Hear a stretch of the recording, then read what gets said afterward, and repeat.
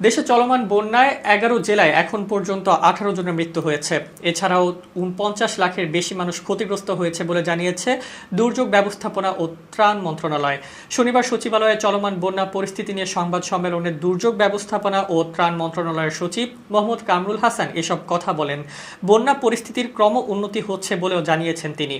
ত্রাণ সচিব বলেন, এখন পর্যন্ত বন্যা আক্রান্ত জেলার সংখ্যা ১১টি আছে। ১১ জেলায় মোট ক্ষতিগ্রস্ত লোক সংখ্যা ৪৯,৩৮,১৫৯ জন। ক্ষতিগ্রস্ত পরিবার ৯,৪৪,৫৪৮টি। তিনি বলেন, মৃত ১৮ জনের মধ্যে কুমিল্লায় ৪ জন, ফেনীতে ১ জন, চট্টগ্রামে ৫ জন, নোয়াখালীতে ৩ জন, ব্রাহ্মণবাড়িয়ায় ১ জন, লক্ষ্মীপুরে ১ জন এবং কক্সবাজারে ৩ জন মারা গেছেন।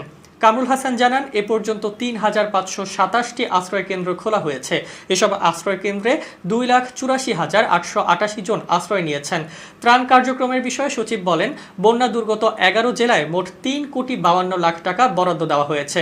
ত্রাণের চাল বরাদ্দ দেওয়া হয়েছে ২০,১৫০ টন। এছাড়া শুকনো ও অন্যান্য খাবারের প্যাকেট বরাদ্দ দেওয়া হয়েছে ১৫,০০০ পিস। শিশুর খাদ্য কেনার জন্য ৩৫ লাখ এবং গোখাদ্য কেনার জন্য ৩৫ লাখ টাকা বরাদ্দ দেওয়া হয়েছে।